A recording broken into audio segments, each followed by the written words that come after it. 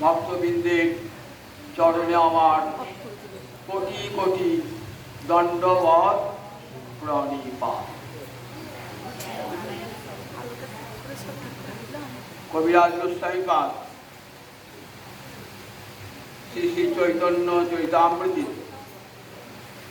আর রাধা রানীর পরিচয় দিতে গিয়ে দুটি সংক্ষিপ্ত পয়েন্টে তুলে ধরলেন। প্রেমেরও পরম সার মহাভাব জানি, সেই মহাভাবরূপা রাধা ঠাকুর। দুটো পয়ারে এত বক্তব্য বিষয় তুলে দিল আমাদের সামনে। দুটো সুন্দর সহজ পয়া রাধানী কি সুন্দর পরিচয় দিলেন।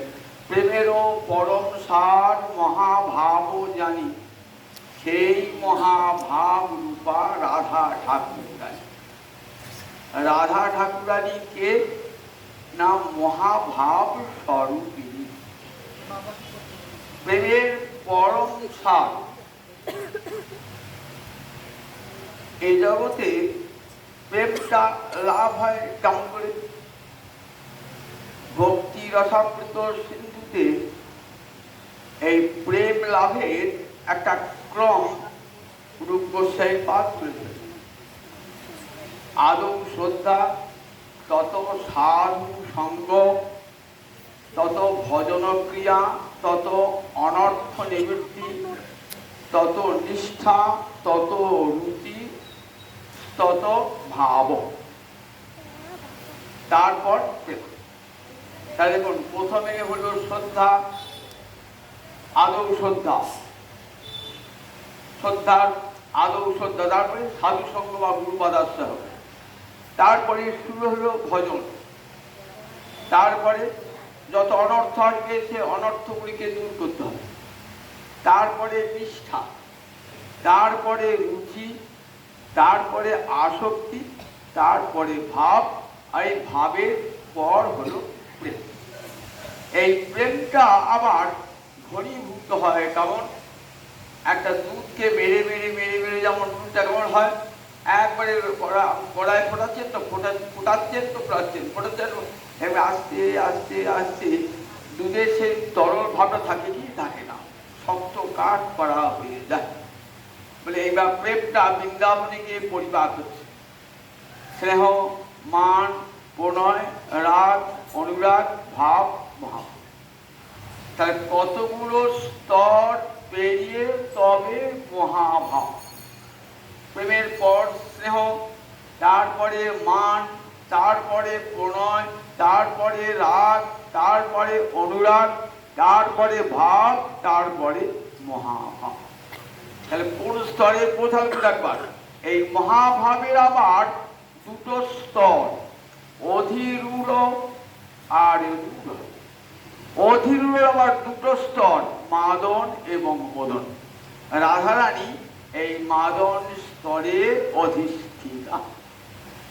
তাহলে বুঝে রাখবার এই রাধারানীকে কি আমরা বুঝতে পারি? কারণ ভক্তি যেটা প্রথম স্তর আদৌ শ্রদ্ধা, সেটাই তো আমাদের নাই। তাহলে এই রাধারানীকে বুঝবো কেমন করে? শুধু গুরু মুখে শোনা, কিন্তু উপলব্ধিতে কোনোদিনই আনতে পারবো না যে রাধারানী কি বস্তু। শ্রদ্ধা মানে গুরুবাক্যে, শাস্ত্রবাক্যে বিশ্বাস। বলুন দেখি, আমরা গুরুর কাছ দীক্ষা নিয়ে কজনার অন্তরে এই গুরুবাক্যে দৃঢ় বিশ্বাস বা শাস্ত্রবাক্যে বিশ্বাস হয়েছে? বিশ্বাস নেই। তাহলে ভক্তির যেটা প্রথম স্তর, সেই স্তরটাই লাভ করতে পারি নাই। তাহলে রাধারানীর যে এত উচ্চতা আছে, সে রাধারানীকে বুঝবো কোন শক্তিতে? রাধারানীকে বুঝবো কোন শক্তিতে? তাই সেটি উপলব্ধি করবার ক্ষমতা আমাদের নাই।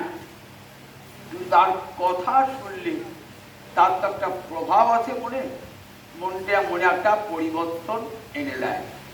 সর্বভাবত গমল্লাসী মাদন অয়ং পরাৎপর, রাজতে হ্লাদিনী সার রাধায়াম এব সদা।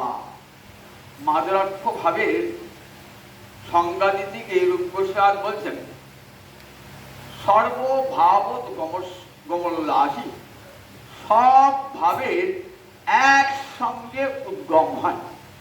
সব হয় মানে এই যে স্নেহ, মান, প্রণয়, রাগ, অনুরাগ, ভাব, মহাভাব, এই সবকটা ভাবের একসঙ্গে উদ্গম এসে উল্লাসশীল হয়ে যায়। রাধারানীর মধ্যে সব মান, স্নেহ, প্রণয়, রাগ, অনুরাগ সব রয়েছে। এই সবটা গিয়ে একবারে রাধারানীতে উল্লাসশীল। যতগুলো রস আছে সমস্ত রসের সমাহার রাধারানীতে। দাস্য, সখ্য, বাৎসল্য, মধুর সব গোটা রাধায় থাকে। রাধারানী কখনো দাসী ভাব, কখনো সখী ভাব, আবার কখনো কখনো মায়ের মতো বাৎসল্য, আবার কখনো কখনো মধুর রসের কৃষ্ণশীল ভাব। সবটা রস গিয়ে রাধারানীতে পুঞ্জীভূত হয়েছে। রাধারানী কখনো বলে আমি কৃষ্ণ পদদাসী, তুমি রস সুখরাশি, আলিঙ্গিয়া করে আত্মসাৎ, মোরে না দেন দর্শন, ইবা জানেন তনুমন, তবুতি মোর প্রাণনা। দাস্যরসের উপরে সব রস। রাধারীর অন্তরে আমি কৃষ্ণ পরবাসী।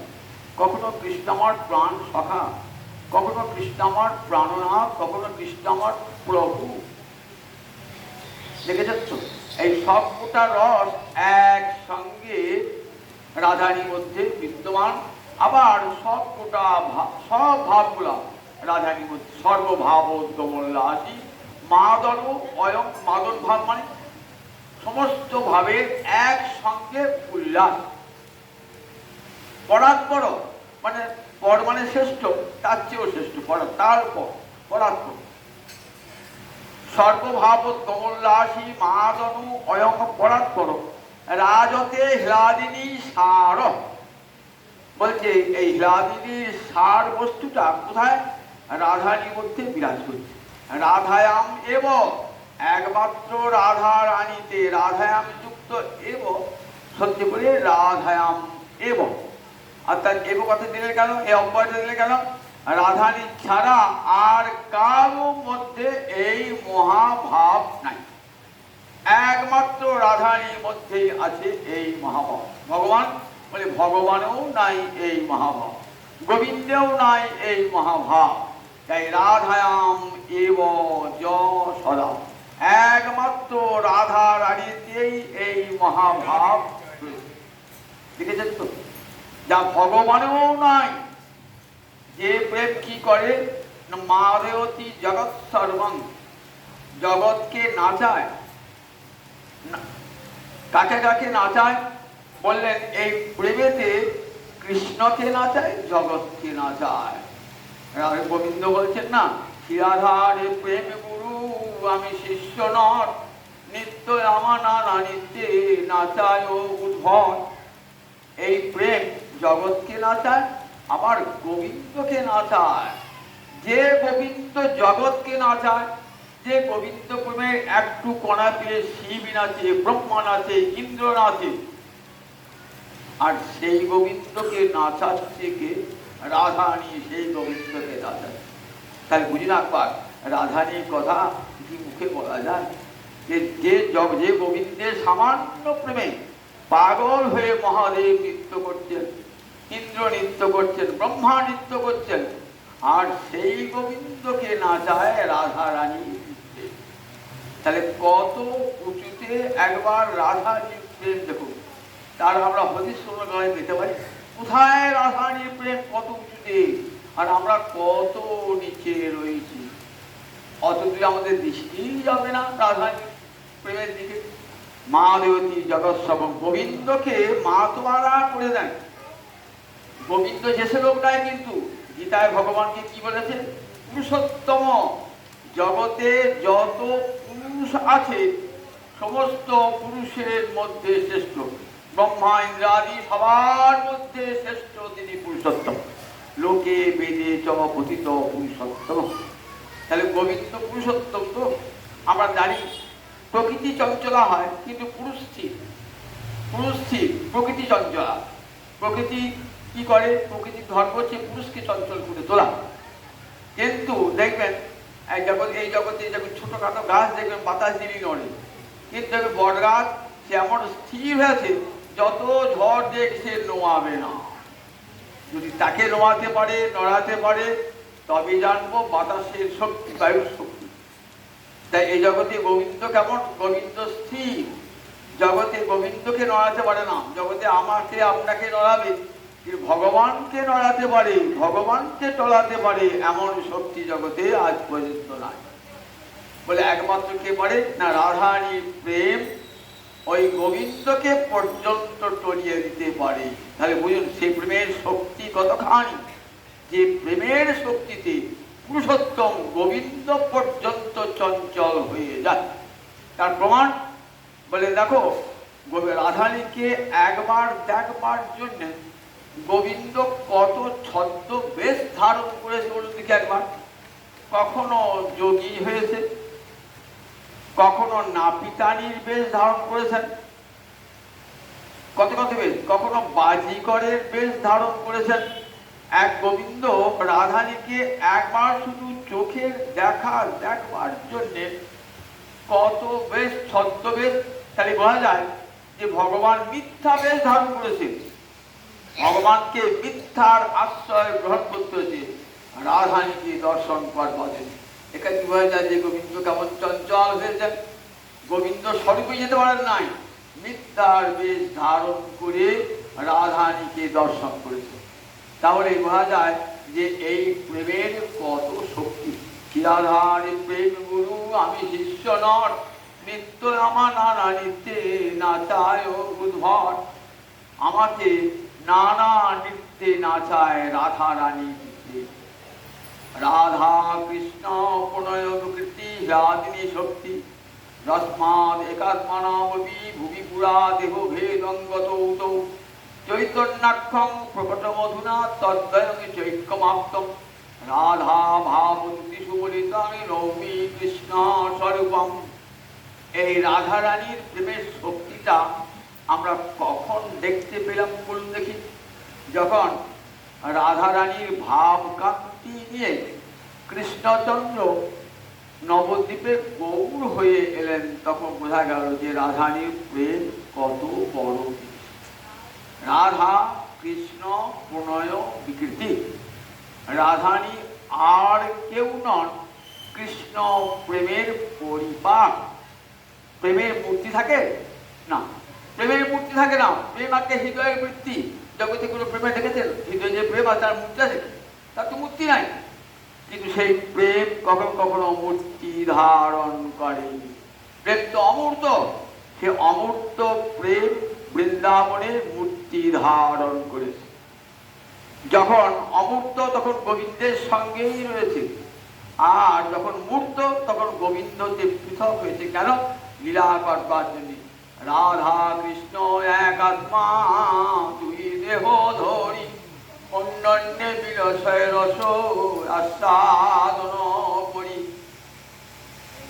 একে তো লীলা হয় না, দুই হতে হবে। তাহলে দুই হতে কি করতে? দুই তো নাই জগতে। শ্রুতি বলেছেন একম এব অদ্বিতীয়ম ব্রহ্ম। এক ব্রহ্ম ছাড়া জগতে আর দ্বিতীয় কেউ নাই। তার অর্থ গোবিন্দ দ্বিতীয় চাইছেন। দ্বিতীয় নইলে খেলা হবে না, তো লীলা হবে না। একাকী নৈব রমতি, একাকী তো খেলা হয় না, দুই চাই। তাহলে দুই হতে গেলে গোবিন্দ নিজেকেই দুই করেছেন, আর একটি দেহ পৃথক করেছেন। গোবিন্দের বাম অঙ্গ থেকে রাধা রানীর আবির্ভাব হয়েছে। রাধা গোবিন্দের বাম অঙ্গ থেকে, তাহলে রাধারানীও যা গোবিন্দ তাই। গোবিন্দের বাম অঙ্গ থেকে রাধা রানীর আবির্ভাব। অখণ্ড রসবল্লভা গোবিন্দের আবির্ভাব, রাধারানীর আবির্ভাব গোবিন্দের বাম অঙ্গ হতে। তাহলে রাধারানীর আবির্ভাব মূলত গোবিন্দের বাম অঙ্গ হতে। কিন্তু লীলা করবার জন্য আমরা কি দেখি? লীলার জন্য আমরা দেখি যে রাধারানী একটা পৃথক মূর্তিতে আবির্ভূত হয়েছে লীলা করবার জন্য। কিরকম? আমরা দেখি রাধারানীর এই যে আবির্ভাব, এই দাপরের যে লীলা, এই লীলা করবার জন্য ভগবান বহুবার এসেছেন, সঙ্গে সঙ্গে তার কান্তা শক্তিও বহুবার এসেছে। গোবিন্দ যখন যে রূপে এসেছেন তার কান্তা শক্তি তখন সেই রূপেই এসেছে। যখন নৃসিংহ মূর্তিতে এসেছেন তখন নারসিংহী শক্তি রূপে এসেছেন। যখন বরাহ রূপে এসেছেন তখন বারাহী মূর্তি। যখন বামন রূপে তখন বামনী মূর্তি। যখন রামচন্দ্র রূপে তখন সীতা রূপে এসেছেন। ভগবান যখন যে রূপে আসবেন তার শক্তিটা তখন সেই রূপে আসবে। যখন তিনি নারায়ণ তখন রাধারানী লক্ষ্মী। যখন দ্বারকায় তখন রুক্মিণী সত্যভামা। আবার যখন বৃন্দাবনে রাধা বৃন্দাবনে মনে। আবার যখন বৃন্দাবনে তখন রাধা মূর্তি। তাহলে এক ভগবান কত রূপে লীলা করেছেন, তার কান্তা শক্তিও তেমনি তত রূপে লীলা করে জগৎকে আনন্দ করেছেন। আজ এই ভাদ্র শুক্লাষ্টমী তিথি বিশাখা নক্ষত্র তিথি, সেই সময়ে রাধারানীর জন্ম। ভাদ্র মাস শুক্লপক্ষের অষ্টমী তিথি গোবিন্দের জন্ম। ভাদ্র মাসে কৃষ্ণপক্ষের অষ্টমী তিথি, তার ঠিক 1 বৎসর পরে ভাদ্র মাসের শুক্লপক্ষের অষ্টমী তিথিতে রাধারানীর আবির্ভাব। কিরকম আবির্ভাব আমরা দেখি পুরাণে, ভবিষ্য পুরাণে একটা কাহিনী রয়েছে। রাধারানী আবির্ভাবে বহু কাহিনী, বহু পুরাণ আছে। এই কল্পে এক একটা কল্পে রাধারানী পৃথক পৃথক রূপে আবির্ভূত হয়েছে। কল্প কাকে বলে? ব্রহ্মার একটা দিনকে বলে একটা কল্প। সত্য, ত্রেতা, দাপর, কলি, এমনি করে কি হয় একটা চতুর্যুগ। 71 চতুর্যুগে 1 মন্বন্তর, 14 মন্বন্তরে ব্রহ্মার 1 দিন, আবার 14 মন্বন্তরে ব্রহ্মার 1 রাত। তাহলে একটা দিন যখন হবে সেটা একটা কল্প। যেই কল্প শেষ হয়ে যায়, পোড়া হয়ে যায়, আবার সৃষ্টি সব ধ্বংস হয়ে যায়। আবার যখন গোবিন্দের ইচ্ছা হয় আমি এক আছি, বহু হব, তখন কি হয়? আবার সেই জলের মধ্যে থেকে আবার সৃষ্টি আরম্ভ। তা এক একটা কল্প, এই যে কল্প চলছে, এই কল্পে বৈবস্বত মন্বন্তরে অষ্টাবিংশতি দাপরে কৃষ্ণ এসেছেন নন্দের নন্দন রূপে। তার যে শক্তি রাধারানী, রাধিনী যা মহাশক্তি সর্বশক্তি বৈয়সী তৎসারভূতা রাধা। রাধারানী গোবিন্দের আনন্দিনী শক্তি, যে শক্তি প্রেমের মূরতি। সেই আনন্দিনী শক্তির আবির্ভাব ভবিষ্য পুরাণে দেখতে পাই। সূর্যদেব কঠোর তপস্যা করছেন। কোথায় তপস্যা করছেন? মন্দর পর্বতে।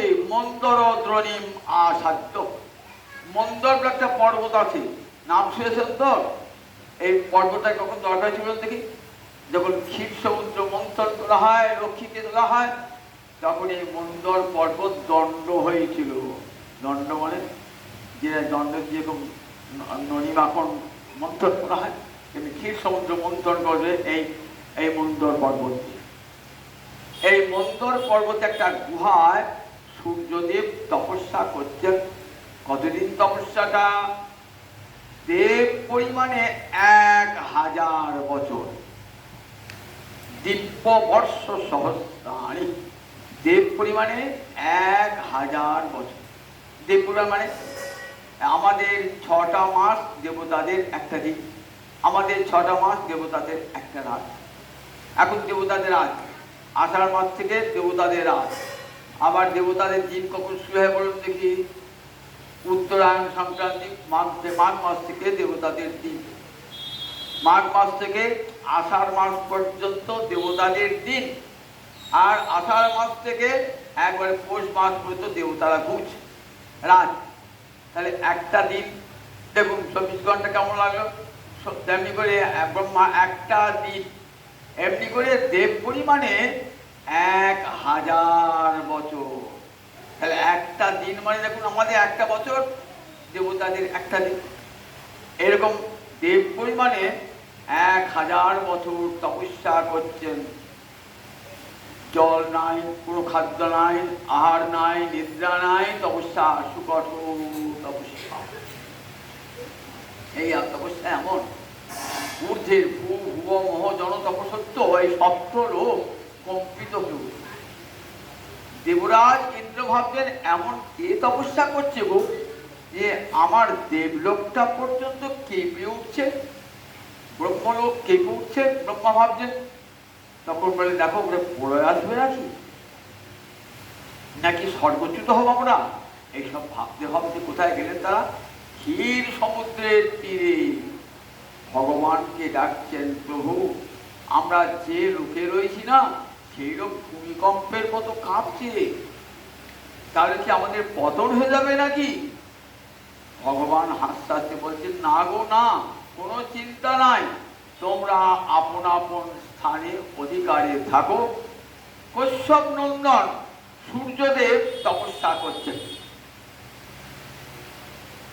আমি শীঘ্রই তার তপস্যায় তুষ্ট হয়ে তাকে বরদান করব, তোমরা আশ্বস্ত হয়ে ফিরে যাও। দেবতারা ফিরে এলেন, দেবতারা সব ফিরে এলেন। গোবিন্দ জানিয়েছেন কোনো চিন্তা করো না। ঠিক দেব পরিমাণে 18,000 বছর অতিক্রান্ত হয়েছে, ভগবান এসেছেন। ভগবান যখন এসেছেন না, ভগবান সম্মুখে দাঁড়িয়েছেন, অনেকক্ষণ পর চোখটা খুলে, এতক্ষণ তো কি করছিলেন? তপস্যা করছিলেন, তো হৃদয়ের মাঝে ভগবান ছিল। আর তো হৃদয়ে ভগবান নয়, এ তো ভগবান সামনে, ভিতরে তো যে ভগবান ভিতরে ছিল সেই ভগবান সামনে এসেছে। তখন ধ্যানটা ভেঙে গেছে, দেখছেন আমার সামনে স্বয়ং নারায়ণ উপস্থিত। বলছে, কি চাও তুমি, কি বর চাও তুমি? তা বললে, আমার একটা বাঞ্ছিত বর আছে, দেবে ঠাকুর?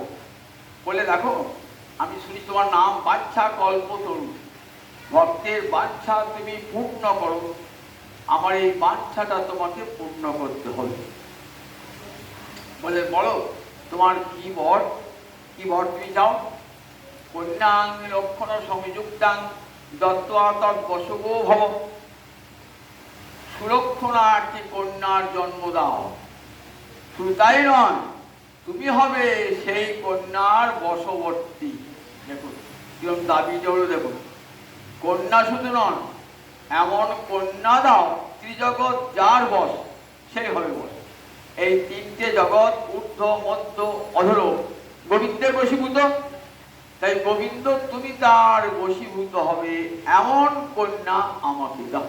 কন্যা লক্ষণ যুক্তাং দত্ত্বা তদ বশগো ভব, সমস্ত সুলক্ষণ যুক্ত একটি কন্যা দান করে তুমি তার বশীভূত হবে। বলেন, দেখো সূর্যদেব, পৃথিবীতে এমন কেউ নাই আমি যার বশীভূত হই, জগতে সবাই আমার বশীভূত, ব্রহ্মা ইন্দ্রাদি সবাই তো আমার বশীভূত, সুতরাং আমি তো কারো বশীভূত নই, তবে একজনের কাছে আমি বশীভূত। কে সে? তারপরে বিনার আধান প্রাণেভ্য বিগয়সী, একমাত্র রাধানী ছাড়া জগতে আমি কারো কাছে বশীভূত হই না। আমার প্রাণের চেয়েও গরিয়সী রাধারানীর কাছে আমি বশীভূত। আমার রূপে আপ্যায়িত হয় ত্রিভুবন, আর রাধারানী রূপ আমার জুড়ায় নয়ন। আমার রূপেতে আমি যখন আমার অপূর্ব সুন্দর রূপ দর্শন করে ত্রিজগৎ মুক্ত হয়ে যায়, আর আমি মুক্ত হয়ে যাই রাধা রানীর রূপ দর্শন করে।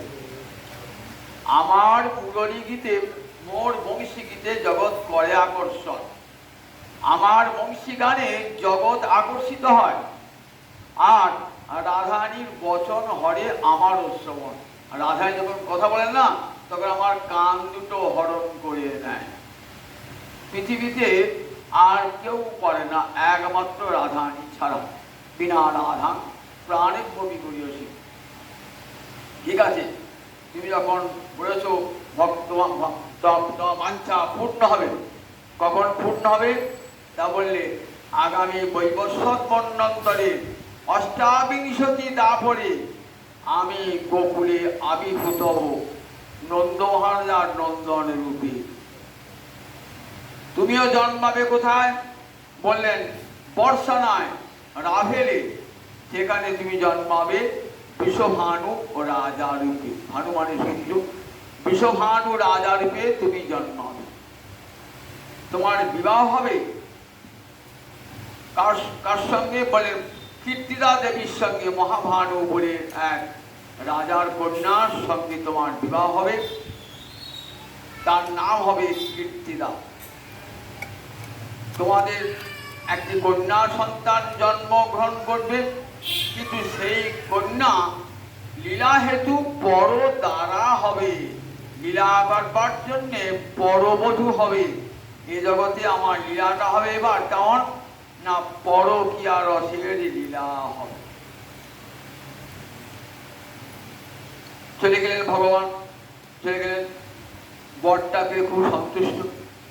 যথাসময়ে বৈবস্বত মন্বন্তরের অষ্টাবিংশতি তারপরে এই সূর্যদেব কোথায় জন্মালেন?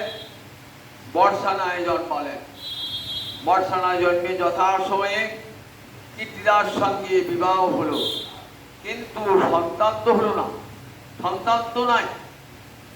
তখন কি হবে? সন্তান যখন নাই তখন ভাবলেন, আমি তো সন্তান চেয়েছিলাম, ভগবান তো আমাকে বর দিয়েছেন, আমার সন্তান হবে।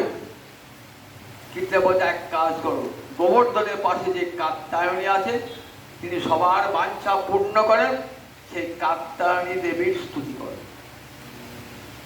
তখন বিষভানু রাজা গোবর্ধনের কাছে কাত্যায়নী মূর্তি আছে, সেই কাত্যায়নীর কাছে হত্যা দিয়ে বলেন। যথা সময়ে এই ভাদ্র মাসের শুক্লপক্ষের অষ্টমী তিথিতে একটি সুন্দরী কন্যা লাভ করে। কন্যাটি লাভ করেছেন বটে, এতক্ষণ দেখতে পারেন কন্যাটি সুন্দর রং, ফুটফুটে রং, একবার সোনার মতন। এইবার মা যখন মা কীর্তিদা যখন সন্তানকে দুগ্ধ দান করতে যাবেন, তখন দেখছে সন্তানের দুটি চোখ ফুটে নাই। সন্তানের দুটি চোখ ফুটে নাই। মনে ভাবছেন, বিধাতা কত স্তুতি করি, কত তপস্যা করি একটি কন্যা পেলাম, তাহলে সেই এতদিন যে ভগবানকে ডাকা তার এই ফল, একটা অন্ধ কন্যা পেলাম। কাঁদছেন দুনয়নে জলধারা। রাধারানী তার নিজের জন্ম কথা সখীদের কাছে একটা সুন্দর গানের মধ্যে বলেছেন, শোনো শোনো শোনল মরমশয়, যখন আমার জন্ম হইল, তখন আমি নয়ন দিয়া রই। জানিস সখী, জানি ললিতা, বিশাখা, আমার যখন জন্ম হয়েছিল না, তখন আমি নয়ন মুদ্রিত করেছিলাম। কেন জানিস? আমি যেন জন্মগ্রহণ করার পর চক্ষু খুলেই যেন আমি কি দেখি, আমার প্রাণনাথ শ্যাম সুন্দরকে দর্শন করতে পারি। রাধানী দুটি নয়ন কৃষ্ণ ছাড়া আর কিছুই দর্শন করেন না। কৃষ্ণ ছাড়া জগতে আর কিছু দর্শন করে না। আমি যেদিকে ফিরাই আছি, কৃষ্ণময় জগৎ দেখি। আমি যদি নয়নে মুদে থাকি, আমি অন্তরে গোবিন্দ দেখি। নয়ন মেলিয়া দেখি শ্যাম। যখন নয়ন মুদ্রিত করি, হৃদয় মাঝে কাকে দেখি? শ্যাম সুন্দরকে। আবার যে নয়ন উন্মিলন করি, তখন শ্যাম সুন্দরকে দর্শন করি। তাই শ্যাম সুন্দর ছাড়া কাউকে দর্শন করি না। তাই আমি জানিস, আমি নয়ন মুদ্রিয়া রই। তখন আমি দুটি নয়ন মুদ্রিত করে রইলাম, যতক্ষণ আমার প্রাণনাথ না আসবেন, তাকে দর্শন না করে আমি চোখ দুটি খুলব না। দিতে ক্ষীরধার জননী আমার, নয়ন মুদ্রিত দেখি। মা আমাকে দুধ খাতে যাবেন তো, দুধ খাতে দেখছেন, আহা, একটু বহু কষ্ট করি সন্তান পেলাম, এই সন্তানের তো দুটো চোখ নাই। দিতে ক্ষীরধার জননী আমার, নয়ন মুদ্রিত দেখি।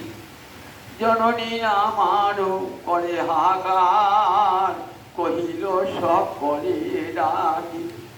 সবাইকে ডাকছেন যে সখী গঙ্গে দেখলি, এতদিন ভগবানের তপস্যা করে সব তপস্যা বিফলে গেল।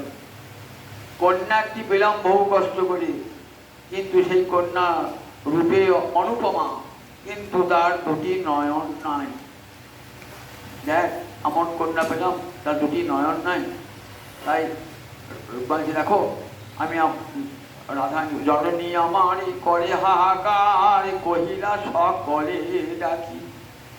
সকলে সর্বত্র প্রচার হয়ে গেল যে কীর্তিদার একটি কন্যা সন্তান জন্মগ্রহণ করেছে, কন্যাটি অন্ধ।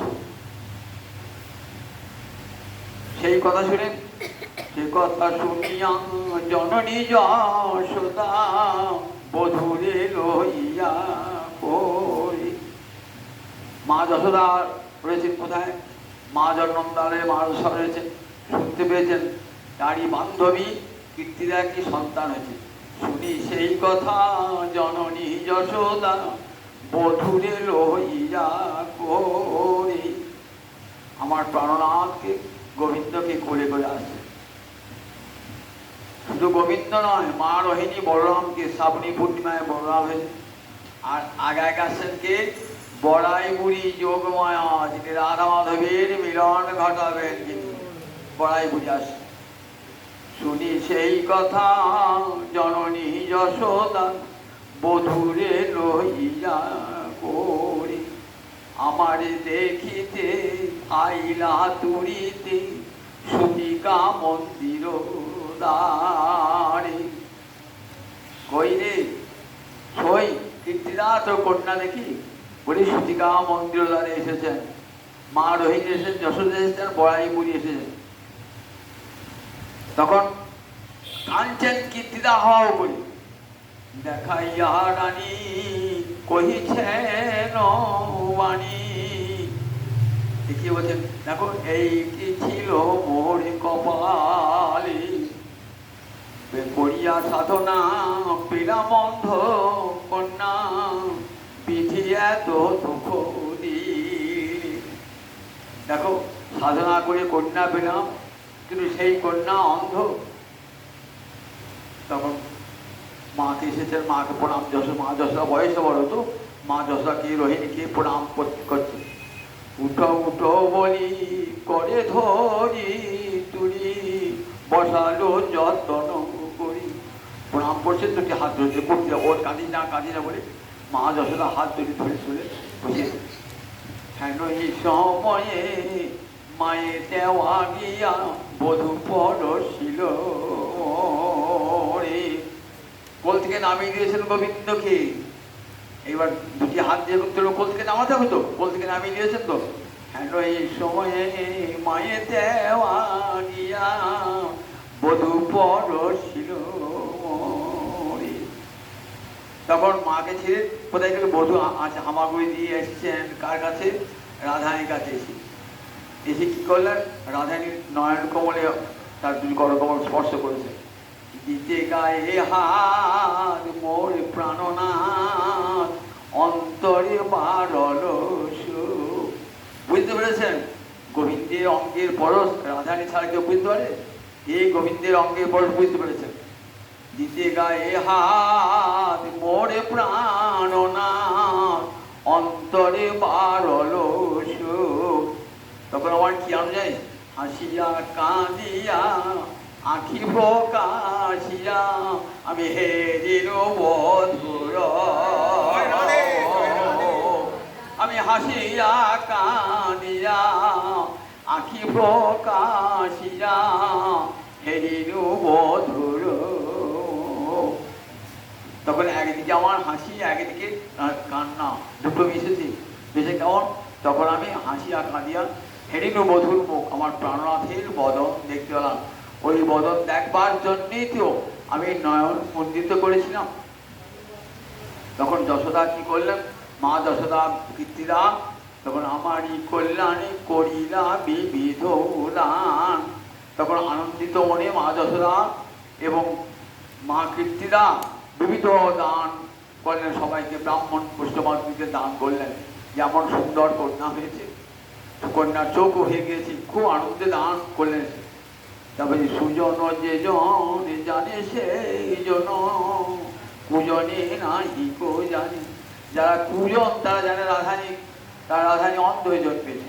কারণ সুজন জানে দেখো সত্যিকারের রাধা অন্ধ নয়। অন্ধ হয়েছেন কেন? কৃষ্ণ রূপ ছাড়া কাউকে তিনি দর্শন করেন না জগতে, একমাত্র কৃষ্ণ রূপ ছাড়া। লাখ লক্ষ লক্ষ যুগ হিয়ে হিয়ে রাগ, তবু হিয়ে জীব না গেল। জনম অবধি হাম রূপ নিহারণু, নয়ন না তিরোভিত হইল। জনম অবধি হাম রূপ নিহারু, নয়ন না তিরোভিত হইল। আমার দুটি নয়নে তৃপ্তি হলো না, শ্যাম রূপ দর্শন করে আমার দুটি নয়নের ক্ষুধা মিলল না। বুঝেছেন তো? কারণ রাধানী গোবিন্দকে দর্শন করেন প্রেমের কাজল মাখা নয়নে। আমাদের একবার দর্শন করি আর বেঁচে যায়, আর যায় না। কিন্তু রাধানীর আশ মেটে না। দেখেছেন তো? রাধানী আশ গোবিন্দকে দর্শন করে যতবার গোবিন্দ দর্শন করেন তখন কি ভাবেন? ততবার ভাবছেন নূতন গোবিন্দ, নূতন গোবিন্দ, নূতন গোবিন্দ। সেই অনুরাগ বাখানিতে তিলে তিলে নূতন হই। যতবার গোবিন্দ দেখছেন মনে হচ্ছে এই গোবিন্দ কোনোদিন দেখি। ললিতা বিশাখাকে বলছে, জানিস ললিতা, জানিস বিশাখা, আমি কোনোদিন কৃষ্ণ দেখি নাই। সে কি, তুই কৃষ্ণ দেখিস নাই? তুই জন্মতে কৃষ্ণ দেখছিস, কেউ দেখিস নাই? বলে না, আমার সমগ্র কৃষ্ণ দেখা হয় নাই। দেখা হয় নাই কেন রে? মানের পর যখন কৃষ্ণকে নিয়ে যেতাম তখন তুই অবাক দৃষ্টিতে নির্নিমেষ নয়নে, অপলক নয়নে তাকিয়ে রয়েছিস গোবিন্দ রূপের দিকে। আর তুই গোবিন্দ দেখিস নাই? তবে হ্যাঁ দেখতাম ঠিকই, জানিস তখন গোবিন্দের যে অঙ্গে আমার দুটি নয়ন নিবদ্ধ তো সেই অঙ্গ ছেড়ে আর কোথাও যেত না। আমি যদি নখে দৃষ্টি করতাম দুটো নখেতে, তাহলে দেখতাম কি সেই 10টা নখ যেন 10টা চন্দ্র এসে খণ্ড হয়ে নখেতে স্থান নিয়েছে। এত নখের সৌন্দর্য, আমি সেই নখের দিকেই তাকিয়ে থাকতাম। তাই সমগ্র কৃষ্ণ আমার দর্শন হয় না। দেখেছেন তো কেমন রাধানীকে, রাধানী গোবিন্দ দর্শনে কেমন আকুলতা গোবিন্দ দর্শনে, যে গোবিন্দ দর্শন করে তার স্বাদ মিটছে না। যতবার দর্শন করছেন তত ভাবছেন ধীরে ধীরে নূতন হই, ধীরে ধীরে যতবার দেখছেন। কেন? রাধানী দৃষ্টি অনুরাগময় দৃষ্টি, মহাভাবের দৃষ্টি, মাদনাক্ষ মহাভাবের দৃষ্টি। সেই দৃষ্টি এমনই না রাধানীর গোবিন্দ দর্শন করে আর তৃপ্তি হচ্ছে না। রাধানী দেখুন, আমরা গোবিন্দ দর্শনে বৃন্দাবনে যাই।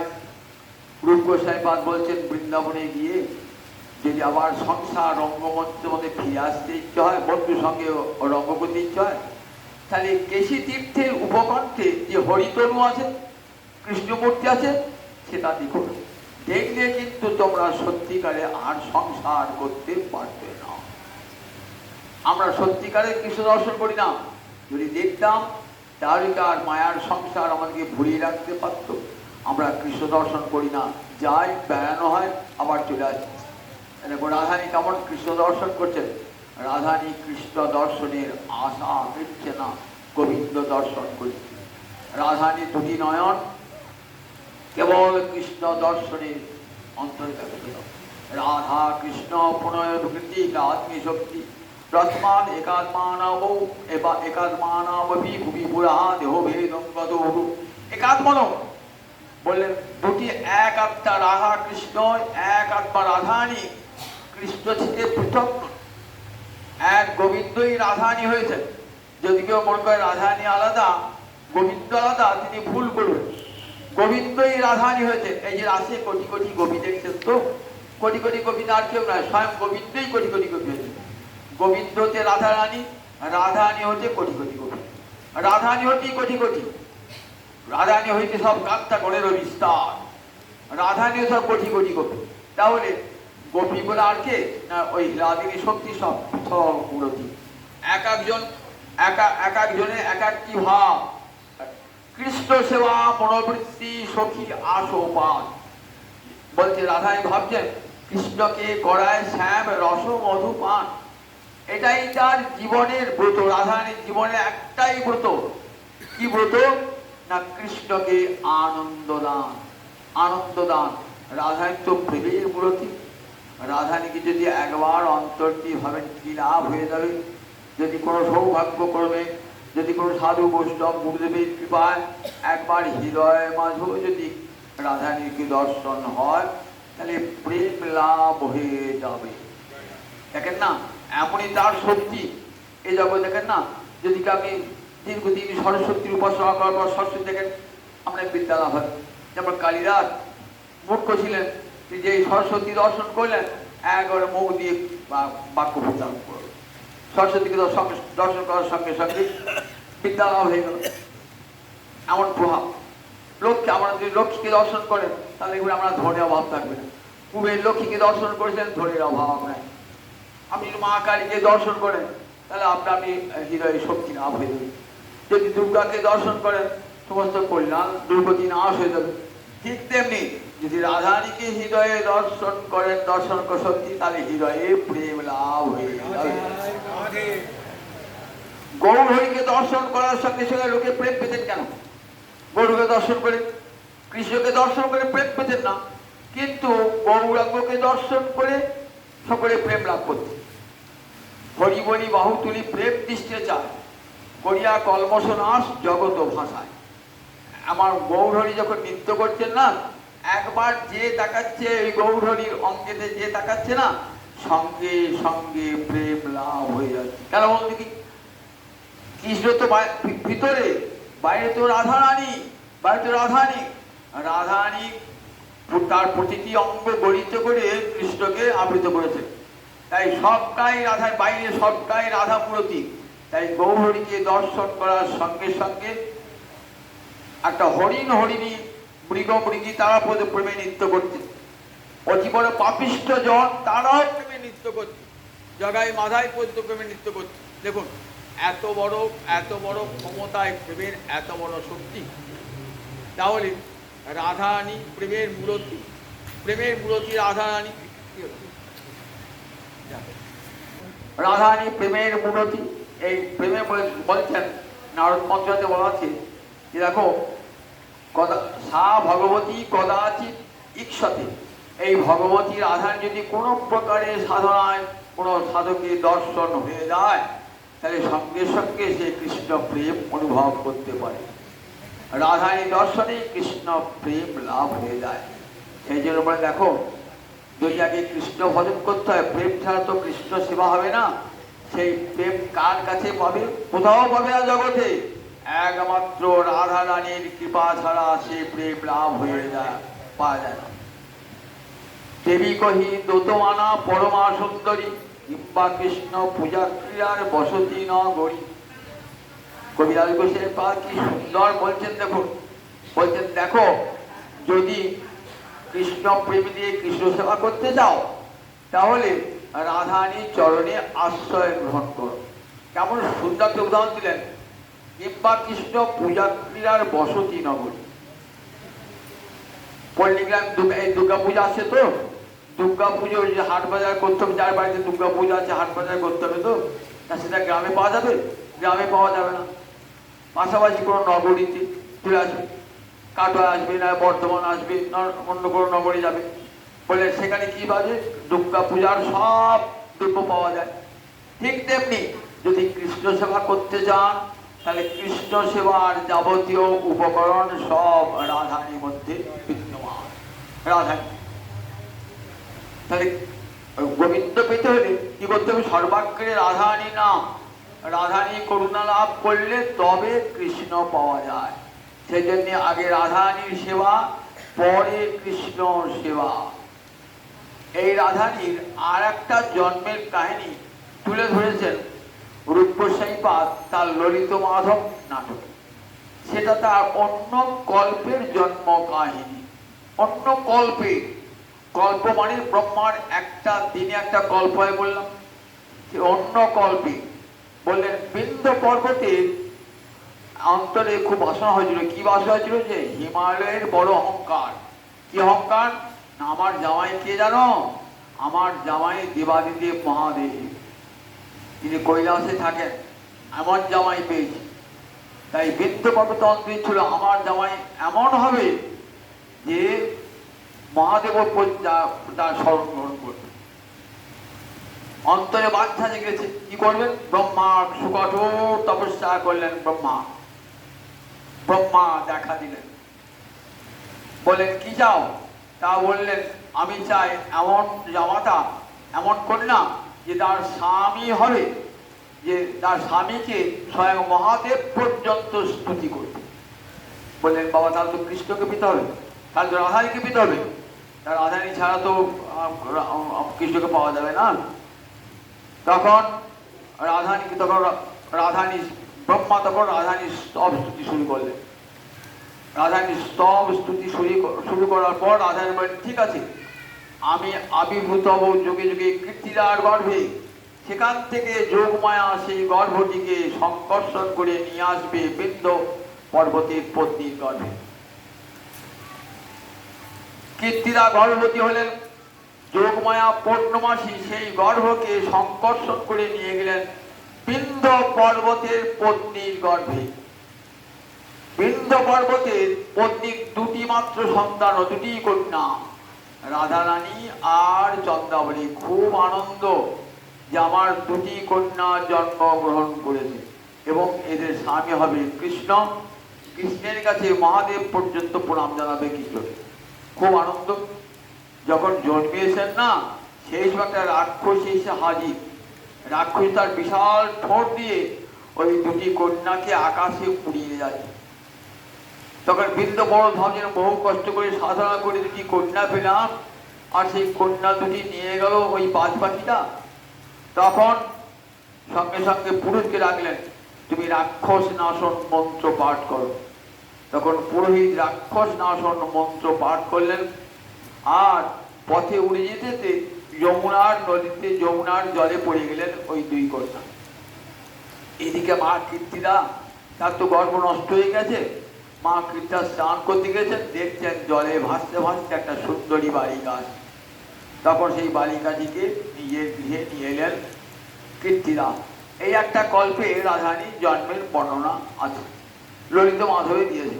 বহু পুরাণে রাধারানীর জন্মের বহু কথা বর্ণনা দিয়েছে।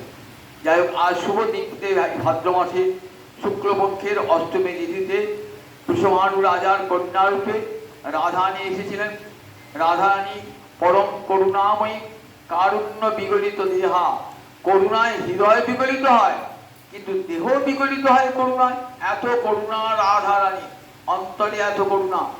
তাই যদি গোবিন্দ বড় কঠোর, গোবিন্দ বড় নিষ্ঠুর, গোবিন্দের করুণা পাওয়া সোজা কথা নয়, গোবিন্দের করুণা পাওয়া।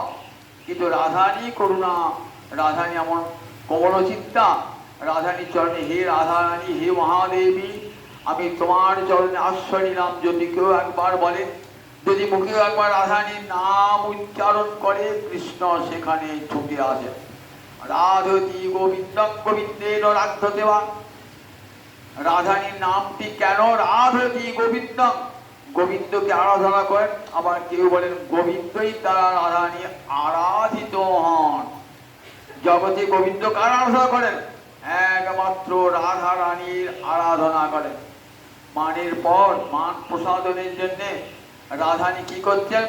প্রেমের দেবী রাধারানীর পূজা করবেন, তবে রাধারানী সন্তুষ্ট হবে। কিরকম সেবা করছেন দেখুন রাধারানী। আর রাধারানীর দুটি নয়নে জল, দুটি নয়নে দল, বিল্ল দল নাসা, দুটি রাধার নয়নে জল, গঙ্গা জল, নাসামূল বিল্ল দল। প্রেম পূজারি পুজিছে রাজ প্রেমের দেবী। গোবিন্দ কাঁদছেন তো, দুটি নয়ন দিয়ে জল ভরেছে, নয়ন জল। গোবিন্দের নয়ন জল কেমন? দুটি নয়নে জল, গঙ্গা জল, আরে নাসামূল বিল্ল দল। দেবী পূজা কি হয়? গঙ্গা জল আর বিল্লপত্র দিয়ে। তাই নাসামূল বিল্ল দল, নয়নে জল, গঙ্গা জল। কে পূজা করছেন? শ্যাম পূজারী পুজিছেন আজ প্রেমেরও দেবী। প্রেমের দেবীকে স্বয়ং গোবিন্দ পর্যন্ত পূজা করেন। দেখেছেন তো এত করুণা রাধারণীর অন্তরে। আমার দেখতে হয় রাধারণী কি করুণা। রাধারণী করুণার জন্যেই দেখুন কৃষ্ণচন্দ্র গৌরাঙ্গ হয়ে এলেন নবদ্বীপে। এই করুণা যদি আমার মহাপ্রভু না আসতেন তাহলে এই করুণা আমরা জানতেই পারতাম না। রাধারণী কত বড়, তার কেমন করুণা ছড়ে পড়ছে। গোবিন্দের রাধারণীর তিনটে বাঞ্ছা পূর্ণ হল না বৃন্দাবনে, সেই তিন বাঞ্ছা পূর্ণ করবার জন্য যে গোবিন্দ ভগবান রাধারণীর প্রেমের থই পেলেন না। অনন্ত প্রেম, তার প্রেম সাগরে গোবিন্দ ভাসছে। তাই রাধারণীর প্রেম আস্বাদন করে, অশেষে বেশ আস্বাদন করে তার তিনটে বাঞ্ছা পূর্ণ হল না। সেই তিন বাঞ্ছা পূর্ণ করবার জন্যে নবদ্বীপে শচীগর্ভ মাঝে এলেন, গৌরাঙ্গ রূপে আবির্ভূত হলেন। জগৎকে রাধারণীর যে প্রেম রস কত দূরে পৌঁছেছে সেটা জগৎকে জানালে আমার গৌরাঙ্গ হই। রাধার মহিমা রস সিন্ধু সীমা জগতে জানা তোকে। যদি গৌরাঙ্গ না হতো কেমনে ধরিত, কেমন যদি গৌরাঙ্গ না হতো কেমন হইত, কেমনে ধরিতাম। যদি গৌর হরি না আসতেন জানতে পারতাম। এমন করুণাময় যা যে মহাভাব স্বরূপিণী আমরা মুখেই শুনি, সেই মহাভাব দেখলাম আমরা গৌর হরির মধ্যে। বিরাট মন্দিরে কাঁদছেন, কি বলে কাঁদছেন? কাহা যাও কাহা পাও সুপ্রচিন্তা নন্দন। ওগো স্বরূপ দামোদর, ওগো রাম রায় বলে দাও কোথা গেলে কৃষ্ণবাবু, কোথা গেলে কৃষ্ণবাবু। প্রণয়নী জলধারা। ঠিক যেমনি করে রাধারানী একদিন ব্রজবনে কেটেছিলেন কৃষ্ণ হারিয়ে, ঠিক তেমনি করে আজ কাঁদছেন মহাপ্রভু। গম্ভীরা মন্দিরে দিবারাত্র কাঁদছেন, কাহা যাও কাহা পাও সুকমল লোচন। বলতে পারো ওগো স্বরূপ দামোদর, ওগো রাম রায় বলে দাও কেমন করে কৃষ্ণবাবু, কেমন করে কোথা গেলে কৃষ্ণবাবু, কোথা গেলে কৃষ্ণবাবু। রাধারানী যেদিন যান, গোবিন্দ যেদিন মথুরায় যান না, সেদিন রাধারানী মাথায় একটা হাত আর যমুনার জল স্পর্শ করে বলেছেন যে রাধারানী আমি আগামীকাল চলে আসবো, আজ যাচ্ছি কাল চলে আসবো। কিন্তু তারপর কতকাল চলে গেল আর তো গোবিন্দ এলেন না। শতবৎসরের বিরহ ভোগ করতে হইল। কেন বন্ধুগিরি? শ্রীরামের অভিশাপে রাধারণীর শতবৎসর বিরহ, কৃষ্ণ বিরহ ভোগ করতে হবে। যেমন ভৃগুমুনির অভিশাপে রামচন্দ্রকে পত্নী শোক পেতে হয়েছিল। ভৃগুমুনির পত্নী ফুলমা তিনি অসুরদের কন্যা ছিলেন, তো কাজে অসুরদের আশ্রয় দিতেন। এটা জেনে বিষ্ণু কি করেছিলেন? ফুলমাকে হত্যা করেছিলেন। তখন ভৃগুমুনি বলেছেন তুমি আমার পত্নীকে হত্যা করলে, দেখো এই পত্নী শোক তোমারও হবে। রাম অবতারে তুমি এসে এই পত্নীর জন্য কেঁদে কেঁদে মনে বেড়াবে। ঠিক তেমনি দেখুন বিরজার সঙ্গে প্রেমে মাতোয়ারা গোবিন্দ তো রাধারণী এসে জানতে পেরে এসেছেন শ্রীরাম দ্বারের রক্ষী। শ্রীরাম দ্বার খুলে দাও। বললেন না আদেশ নাই। বললে আদেশ নাই, আমি দ্বারে যাবো। বললেন দেখো আমি তোমাকে অভিশাপ দিলাম, তুমি অসুর হয়ে জন্মাবে। দেখুন শ্রীরামও সঙ্গে অভিশাপ দিলেন, দেখো আমাকে বিনা কারণে অভিশাপ দিলে আমিও তোমাকে অভিশাপ দিচ্ছি, শতবৎসর ব্যাপী কৃষ্ণ বিরহ যন্ত্রণা তোমাকে ভোগ করতে হবে। এইসব লীলার ব্যাপদেশে এর অভিশাপ শুধু লীলার জন্যে, শতবৎসর বিরহ ভোগ করবার জন্যে রাধারণী নেবেলেন বৃন্দাবনে। একদিন রাধারণী বলছেন গোবিন্দকে গোলকে, দেখো আমি বিশ্বাস এসে দেখি তুমি স্বপন, তুমি গোলক সারি যাই আছো বৃন্দাবন, শ্রীরাম বৃন্দাবন। আমি স্বপ্ন দেখলাম তুমি বৃন্দাবনে গিয়েছো গোলক ছেড়ে, আমি কেমন করে তোমার সঙ্গে, কেমন করে তোমার বিরহে থাকবো। তা বলে দেবী তুমিও যাবে আমার সঙ্গে, তুমি যাবে আমি যাব, তারপর তুমিও যাবে। বলে সেখানে গোবর্ধন আছে, সেখানে সেখানে যমুনা আছে। বলে সেখানে যমুনা আছে, আছে গোবর্ধন। সেখানে আবার দুইজনে ভবিব দ্বাদশ কানন, আমরা দুইজনে দ্বাদশ কানন ঘুরে বেড়াবো। বলে ময়ূর বৈরী আছে? বলে হ্যাঁ সেখানে ময়ূর বৈরী আছে, উর্ধ পুচ্ছে নাচে বা আমার বংশীধ্বনি শুনে নাচবে। সেখানে ভ্রমণ ভ্রমণী গুনগুন করে, কোকিল কোকিলা কুস্বরে গান গায়, সুখসারি উচ্চ ডালে বসে থাকে। দেখো আবার শতিক বর্ষ পরে আবার আমার দুজনের মিলন হল। নেবেলেন রাধারণী গোবিন্দ এলেন আগে, আর রাধা নিয়ে এলেন। গোবিন্দ এসেছেন কৃষ্ণপক্ষের অষ্টমী তিথিতে, আর রাধা নিয়ে এলেন ভাদ্র মাসের শুক্লপক্ষের অষ্টমী তিথিতে এলেন জগৎকে দেখাবার জন্যে। তার প্রেমের কত মহিমা জগৎকে দেখাবার জন্য, অনন্ত মহিমা জগৎকে দেখার জন্য। আর সেই মহিমা আমরা রাধারানীর প্রেমের মহিমা আমরা গৌরাঙ্গ হরি দেখলাম। যদি গৌর হরি না আসতেন সেই প্রেমের মহিমা জানতে পারতাম না। সেই প্রেমের দেবীর চরণে কোটি কোটি প্রণাম জানিয়ে, গৌর হরির চরণে কোটি কোটি প্রণাম জানিয়ে আজ এইখানে ভগবতার বিশ্রাম জয় জয় জয়।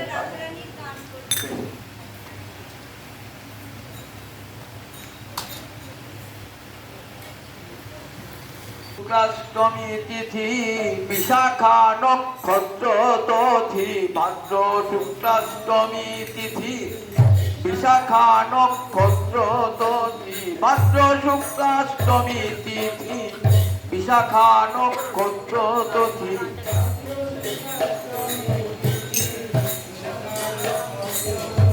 শ্রীমতী জনম সেই কালে,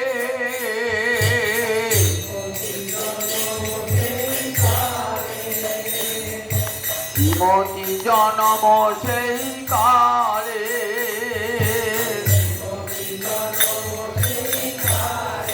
যাই রে তিথি বালাই যাই রে,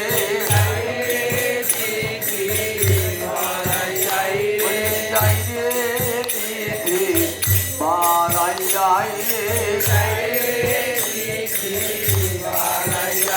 মহালক্ষ্মী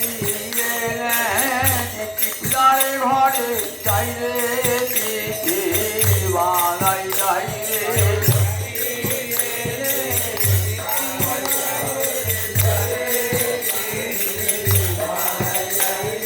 ভাদ্র শুক্লাষ্টমী তিথি বিশাখা নক্ষত্র তিথি, শ্রীমতী জনম সেই কালে,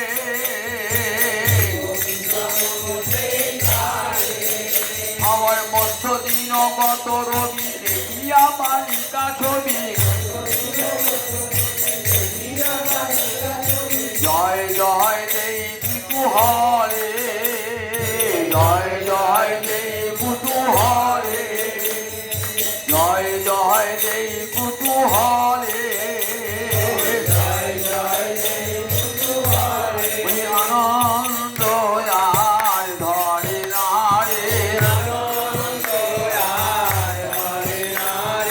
আনন্দ আর ধরে নারে, যাই রে তিথি বালাই যাই রে, আনন্দ আর ধরে নারে, যাই রে তিথি বালাই যাই রে, আনন্দ আর ধরে নারে। ব্রজলক্ষ্মী এলো, ব্রজলক্ষ্মী এলো বিশ্বভানু রাজার গৃহে, আনন্দ আর ধরে নারে,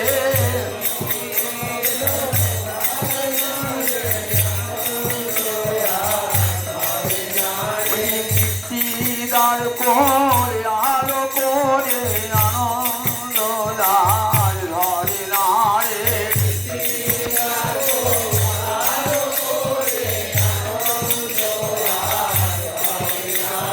বিশ্বভানু ঘুরে প্রতি ঘরে ঘরে,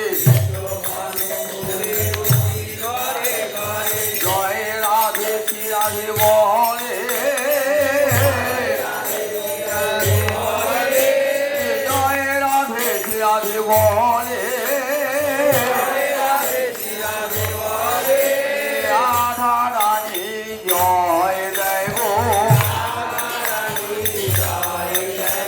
রাধা রানী জয় দেয় গো, বিশ্বভানুপুরের সবে লোকে রাধা রানী জয় দেয় গো,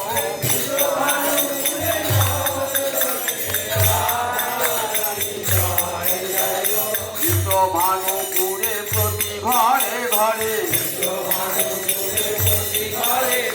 জয় রাধে শ্রী রাধে বলে,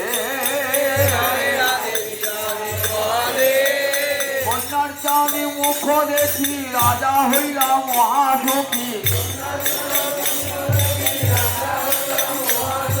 তার দেহে ব্রাহ্মণ সকলে,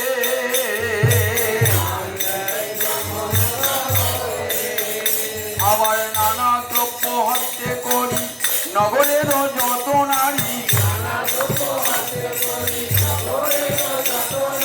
আইরা সবে কীর্তিদা মন্দিরে,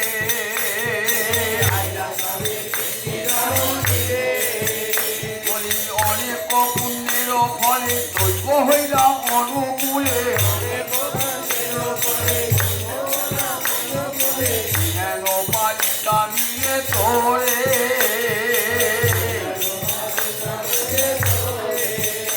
আমার মনের মনে হেন লয় ইহ তো মনুষ্য নয়,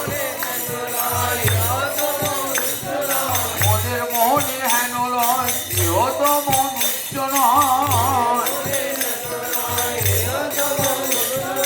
মন জলে কেবা জনমিলা,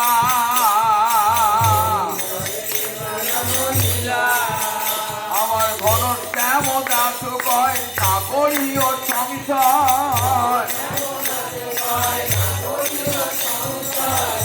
প্রিয়া সদয় হইলা,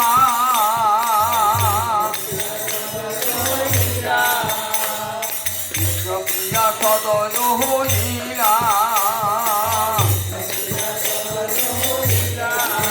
না প্রিয়া রেখেছে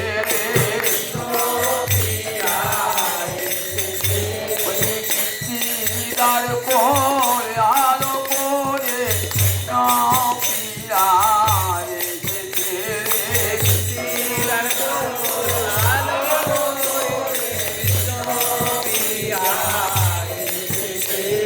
কৃষ্ণ প্রেম বিলাইতে, না প্রিয়া রেখেছে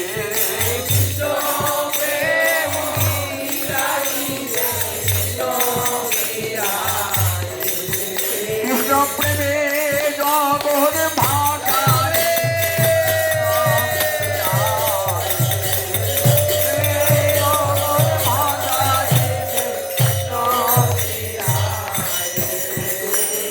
কেমন দাস কয় না করিও সংশয়, প্রিয়া সদয় হইলা,